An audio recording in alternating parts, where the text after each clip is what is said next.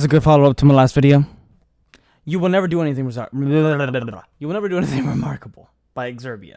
I think that's how you say that. I mean, as a 1, but I'm not going to call him Exerb 1A. What the fuck? Queen's Blade? Get the fuck out of here, bro. What kind of ad... Excuse me. What kind of ad is this? Seriously, bro? Let's go. Let's get straight into it. I'm not fucking around no more.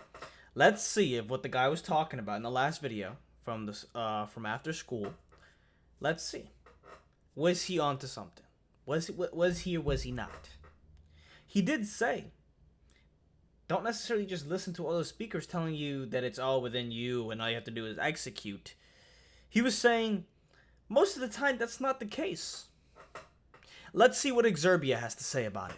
This is the 5th Duke of Portland, and he was a bit of a whack job. In the 1800s, he lived here in Welbeck Abbey. He was so introverted, he had his meals delivered to his room by a miniature train. Employing 15,000 workers, the Duke constructed under the house a 250-foot-long library, 15 miles of tunnelling, and the largest ballroom in England, capable of accommodating 2,000 guests. A touch ironic, considering the man would hide behind an umbrella if anyone approached him. Probably put water on his cereal as well. My birth country has a long-standing habit of excusing borderline insanity as some kind of charming eccentricity, but it isn't just my country. History is full of wonderful and great oddballs, many of whom we have forgotten. And none of them are you, because you will never do anything remarkable with your life.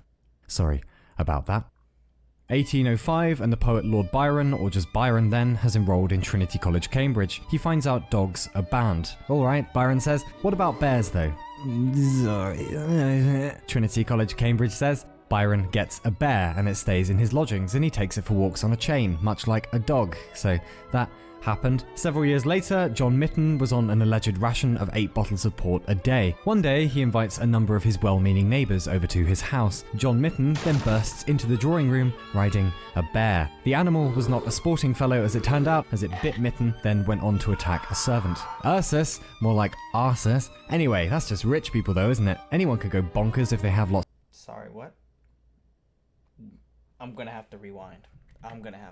What? Over to his house of 8 bottles of port a day. One day, he invites a number of his well-meaning neighbours over to his house. John Mitten then bursts into the drawing room riding a bear. The animal was not a sporting fellow as it... This cannot be a true story. That can't be real. That can't be real. I would have known about this. There's no way this doesn't get written in every tabloid ever. This can't be a real story. Motherfucker pulled up riding a bear? A bear? Out of all things you could have been riding. Could have been riding a horse. Could have been riding a donkey, maybe. A camel. You pulled up riding a bear? Dog, that's fucking gangster. What? Bro, mans was on it, bro. He meant to do that shit. He really wanted to leave a lasting, like, he wanted to leave an impact on everybody at that party. He wanted to make sure nobody would forget him. And I'm sure he accomplished just that. Man's pulled up in a fucking bear. I don't believe it, but I almost want it to be true. I really want this story to be true, because if it is... It turned out as it bit Mitten, then went on to attack a servant. Ursus, more like Arsus. Anyway, that's just rich people though, isn't it? Anyone could go bonkers if they have lots of cash. Well, how about rags to riches stories? None of them being you, because you will never do anything remarkable with your life. Early 1800s, and Qing Shi, apologies for pronunciation, is a Chinese prostitute. Somehow, she meets swashbuckling motherfuckling pirate Zheng Yi, and they decide to get married. They grow Zheng Yi's pirate fleet from 200 to 1,800 ships, or about 70,000 men and women. When Zheng Yi died in 1807, his widow took over the fleet, and Qing Shi became empress of one of the largest navies in the world, and a pirate navy at that. Now, admittedly, one answer you may not expect to the question, what do pirates need more of, is accountants, but they did. Qing Shi introduced taxes and laws to her pirate utopia. Loot had to be registered before it was distributed among the fleet, and if you disobeyed Qing Shi, you were free to hang up your pirate hat and go your separate way, just as long as you left your fucking head behind. She wandered about from Canton to Macau, beating the shit out of the Chinese, British, Portuguese, Yar, etc., until finally the government offered her and her pirates amnesty, which is a bit like if you stole everyone's kettles and they responded by inviting you over for a cup of tea. Her power was slipping away anyway, so eventually she accepted, the fleet disbanded, quite a few of her pirates got cushy jobs, and Qing Shi took a piratical sabbatical, kept her fortune, and was given a noble title, effectively becoming a member of the aristocracy, set up a gambling house, and lived a relatively nice life. What is the moral of the story here? Be clever, be a pirate, kill people, chill? Pretty badass. Anyway, then again, there are plenty of great humans who weren't necessarily unusual or eccentric, they were just doing the right thing, or trying to, again, unlike you. In 1983, Lieutenant Colonel Stanislav Petrov is monitoring the Soviet nuclear early warning system and notices that 5 nuclear missiles are apparently inbound from the US. Petrov has a choice. He either picks up the phone and reports this to his superiors and initiates probably a Russian response, meaning nuclear war and potentially millions of casualties, or he doesn't. He has a bit of a think. 5 missiles does seem a bit unlikely considering the US at the time has thousands to play with. As you may have guessed from the fact that we are still here, Petrov did not report the strike and decided the warning was a glitch, which indeed it was, thanks to sunlight reflecting off of the clouds. So, bolshoi spasiba for that. Or this is Ignaz Semmelweis, who was to medicine what the chief iceberg inspector must have been to the RMS Titanic. Semmelweis was a doctor in the 1800s, and he noticed that, now, I hope you're sitting down for this, washing your hands before delivering a baby actually stops women dying, particularly from what was then called childbed fever. Humans wouldn't discover germ theory for a while yet, but it didn't. Yeah. My god, I keep forgetting that that's a thing. I keep forgetting how stupid some of us really were. I keep forgetting. I would really just hate to live in the 1800s. I would hate to live in any other time. I don't care if I don't have it that great. I just really would not like to live any other time period, man. Like, if I was born in the 1600s and there was no chance that I could ever not believe in God, that I'd just be forced to believe in a lie and be so limited by my wisdom. Or I couldn't search up everything that I ever wanted to search up and get the knowledge that I need right now. If I really wanted to. To think that I couldn't have that. I mean, it's all I've known. Fuck. Didn't matter. Semmelweis knew that something changed when doctors kept their hands clean. So he informed the medical community of this, and won loads of awards, and died happy and respected, and oh wait no, humans are shit, and the opposite happened. Semmelweis was ridiculed mercilessly by the medical community, despite having proof of his hygiene theory, eventually had a breakdown, and died 14 days after being committed to a mental institution, probably after being beaten up by the guards. He was committed to a mental institution? Actually? For figuring out that cleaning your hands... So then how did it stick? If he proved it, this was already this was already during the scientific revolution when motherfuckers had more enlightenment style thinking, no? Why the fuck would he have been? And so then how did his theory stick then? Because, I mean, motherfuckers wash their hands now. I think they might wear gloves. I don't know. All I know is the shit's not as bad as it was then. So shouts out to this guy for being the first one to figuring that out. It's kind of crazy that you had to have a first guy to figure that out. But, I mean, hey, you got to start somewhere, right? Stella. Somebody had to do it. A century later, and this is Sergei Korolev. In 1933, he designed the first liquid fuel rocket to take off in the USSR. He was rewarded for his efforts with imprisonment and a stay in the Gulag. By some miracle, he was released and went on to mastermind the first satellite in space, the first dog, and, of course, the flight of Yuri Gagarin, who, on the 12th of April 1961, became the first of the Homo sapiens to leave the Earth, orbiting our planet for 108 minutes in Vostok 1. Sergei Korolev would die 5 years later, probably thanks to injuries sustained in the Gulag. The Soviet space program was extremely secretive, and he was largely unknown in his lifetime.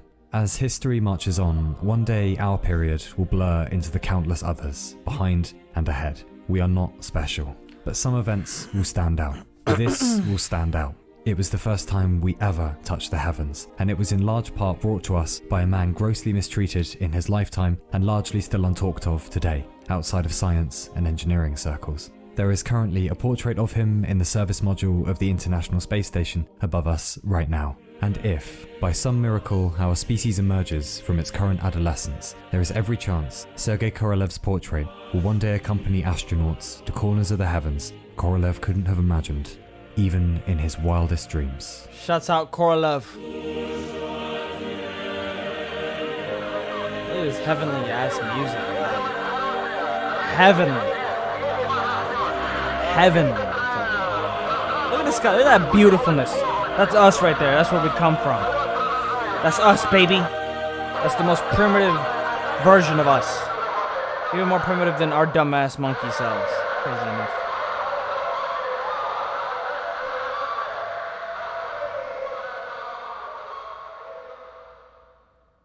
So, in light of all this, what makes a great person of history? Well, let's start with 2 born to ideal parents' eggs. Yes, lovely. 2 cups of in the right place at the right time sugar. Excellent. 3 cups of natural talent flour. And finally, 2.5 teaspoons of greatness. Now, where is the greatness? No.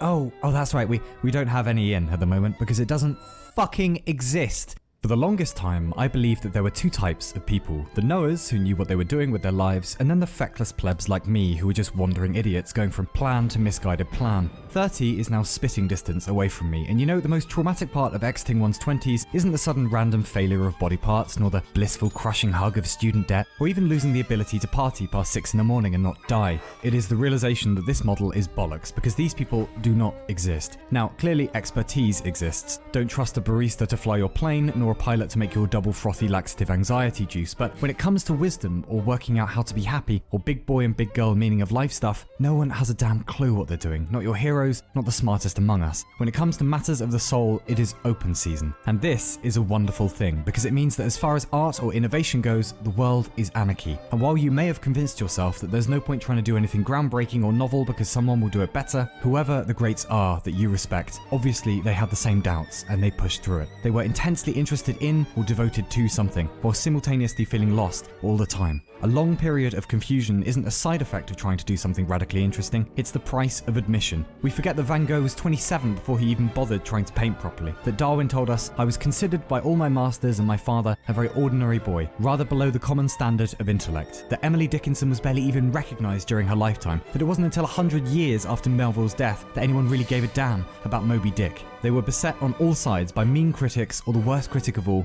themselves. Cthulhu's dick. I have heard of art classes where the teacher begins the first semester by assuring the students they'll never break through and it's pointless to try. Rejection letters writers received instructing them to put down their pens and never bother at it again. Vacuous, jaded bollocks that convinces young artists to give up. But may I humbly recommend that if one is informed you will never do anything remarkable with your life, perhaps the most appropriate response isn't, "Yeah, you're probably right," but rather, "Fuck off, and who the fuck are you anyway?" The shit they will tell you. You've had all your good ideas, it's all been done before. Exactly. You're too Fuck old, you. too young, too dumb, there's nothing new under the sun. Let's say your lifespan is 80 years, or about 29,200 days. If you're 18, you're about 6,500 days through. 28, about 10,000 days through. 38, about 14,000 days through. Regardless of whether one believes in an afterlife or not, these days are not coming back, and there is not enough time to listen to cynics. By the power of Grayskull, look at where we are, historically, technologically, galactically, the whole game. This isn't normal, is it? Act without expectation. Make cool stuff just because. Give cats fishies always. Oh, for have you been editing the script again? Today, this week, this month, year, decade, and century, it will occasionally be referenced in history, and that will be that. If one is cautious about pursuing an unusual path, it may help to remember that the cynics will be forgotten just as readily as your failures will be too. There has never been a better time to do a thing, and just by virtue of how weird existing is in the first place, there are a trillion interesting things still undone, unmade, and unsaid. Those areas have not been drilled, Eli. It is a wilderness out there for everyone. It always was. The greats didn't know they were greats. They were just mortal humans who refused to bow to cynicism. And were we to draw some collective... It's very good because, I mean, to just be somebody that's only worried about reality, it's very boring, isn't it? It's very boring to just be somebody that just wants to stay too grand. Like, sure, you want to face reality, but does anybody even know what reality is? Can even the comedian that we saw last time, as wise as he is, he's a pretty wise guy, could he really tell you what reality is? He could tell you what his reality is. He could tell you what he believes it to be, but I don't think everybody would necessarily agree with it. I don't think necessarily everybody would be like, okay, yeah, this is the consensus. This is what we all agree reality is to be, and this guy has figured it out. Nobody's figured it out. Not even that comedian. Of course, it's not that what he's saying is wrong. He's just saying, I think the main thing of what he was saying in the last video is happiness may be, it's not necessarily what you think it is, right? It's not like necessarily that by achieving these things, if you do, that you will be happy, right? And it's not. And I think people need, and I think maybe he's trying to save people from pain. I think he's trying to save people a lot of time. Because there's people that maybe feel, there's going to be people out there that feel like they're not going to allow themselves to be happy unless if they achieve this thing that they've been told is completely possible as long as they just execute. Now, they have to know what it is. But I think it's okay to not necessarily be so realistic sometimes. Like, there's something very charming about being able to be a kid, but being able to play. Like, it's just what you can't take the power away from that. It's not just for kids. I know mostly they do it, but that's because kids are more open-minded. Adults, they grow up, they become more conservative in a lot of ways. They sort of close down on their ability to accept new ways. You know, they sort of feel like they kind of know the gist of it. Anybody can say that. Now, while some people might know more than others, they might be closer to the truth than anything, I think it's good to dream. But it's also good to know that you don't have to just force yourself. You don't have to wait to give yourself permission to be happy. You don't have to do these things and hope that maybe they'll make you happy. I think you can be happy now. But I also think if you really got down to it and you really wanted to, it's not impossible. It's just very unlikely. And when something is very unlikely, likelihood is only very unlikely people are going to pull it off. So if you're a very unlikely person, like moi, chances are you're going to be able to pull off a lot of things. But you need to know what those things are. And you need to be able to be committed. You need to be able to be disciplined because Murphy's Law might come fucking knocking on your door. Everything might go wrong. Shit might not happen for a whole year or 2 or 3. Or it might be less. Maybe it won't happen for 6 months. Maybe it won't happen for 3. Some people will give up after a week. There's no time frame for a lot of things. Certain things you might be able to tell a little bit. Like some things you could like ensure like for sure be like, okay, this is gonna take longer than this other thing, but nobody really knows any time frame for anything nowadays. Like you don't know. People give up a lot of the times. You ever seen like a drawing for it wherein a person is right here and they're on this line that's like this. It's static. It's not really moving. They're not really making any progress. And they've been walking along this line for a bit. You know, like they've stayed on it. They honestly, you can't say that they haven't. They've struggled through it, even though they weren't seeing any like significant success. And then right at this point, they say, you know what, fuck it, I give up. This isn't worth it anymore. I'm not getting anywhere. And then the drawing then goes like this. And then you see that if they would have just hung on a little bit longer, they would have actually experienced the success. And I think a lot of people are like that. But success means different things for a lot of different people. Happiness means a lot of different things for a lot of different people. A lot of times happiness is much more simple than you think. You don't necessarily need to have all that power, you know? But if you're somebody that's ready to be an unlikely person, if you're an unlikely person, then you can have that unlikely thing. You absolutely can. Because it's not impossible. Nothing's impossible. I could get hit by lightning, but am I necessarily? I mean, God forbid. I just don't see it happening, right? It's kind of a bold thing to say. I mean, it's not raining. But, like, God forbid, you know? I just don't see that happening because it's very rare. I mean, it's happened to that one guy, right? It happened to that one guy who goes out running a lot, even during the rain. I think he got hit by lightning like 3 times in his life. I don't know if it was more. It might have been more. I don't think it could have been a crazy number like 7 though. But I did hear somewhere like it was from 3 to 7. That's my guess. I don't think it could have been 7. I think I'm tripping. I think I'm thinking about the wrong thing. 7 seems like it's too much. I think he got hit 3 times by lightning. And that just goes to show, like, those crazy events do happen. But I mean, he was a guy who ran out running a lot, so it's like he went for maybe a run every day, possibly. So it's like his odds of having that happen to him, if he lived in an area which there's thunderstorms more common maybe than other areas, and he went out running every single day, he was out there. I mean, the chances of that happening are going to be higher than some other person, you know. And you need to see the type of probabilities that you're working with. Anything can happen. It really can. It just doesn't mean that anything that can happen will. It just means that it can, but it most definitely won't a lot of the times. And that's not a rule that you necessarily have to worry about, like I always said, because there's always going to be people that won't have the resolve. There's always going to be not unlikely people.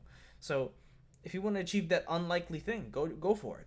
I think you absolutely should go for it, and you should be, even if you have to, live in La La Land. At least with that thing. You can give your excuse with that thing. Not much other things, because I do see the value in being in reality. But I think when it comes to your dream, I think it's one of the only things where you can act on it like an adult, but you have to believe in it like a child. You absolutely do. And I think maybe if you can do that, you can do it. But you have to understand, you're going to have to love the process, because you cannot wait to give yourself permission to be happy once you've achieved something that's out of your control. It's not to say that there's a lot of things that are out of your control, and I'm not necessarily a guy that's big on just accepting what is and not trying, but it's a part of it. So, I don't know. Media hora. Está bueno.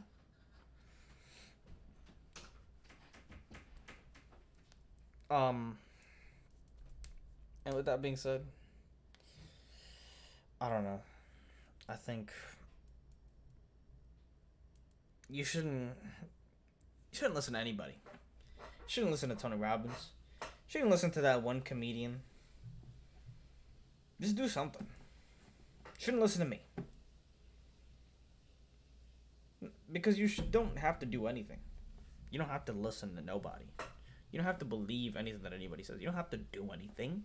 You don't have to go and try to be rich. You don't have to go and try to be this and that.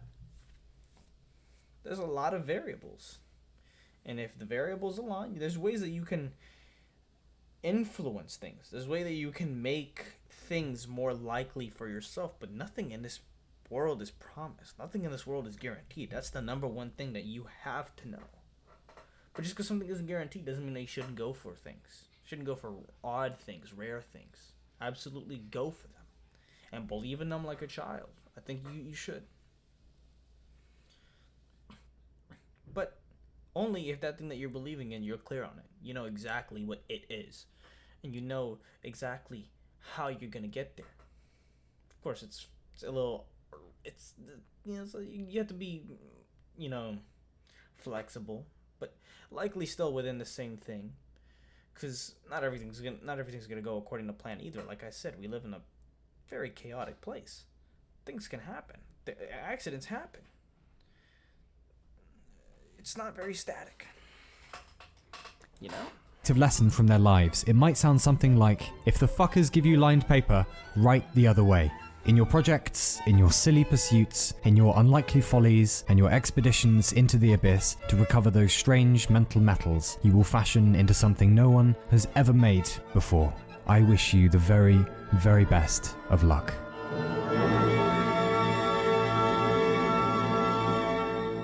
Now sod off and be remarkable, please. Be remarkable?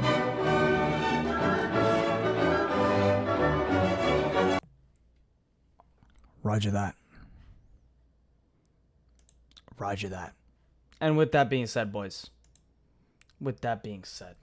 Hope you guys enjoyed the video today. Hopefully, you guys learned something new. Let me know what you guys think. Let me know what you guys think on both of the videos. If you watched both, very unlikely. But it's possible. If you just watched this one, let me know. Oh shit, it's not the one we watched. Well, not this one. These are all the 3 videos that I watched. But hopefully you guys enjoyed. Subscribe if you did. Leave a like. Leave a comment if you made it to the end. Let me know, because if you did, you're a fucking G, and I love you.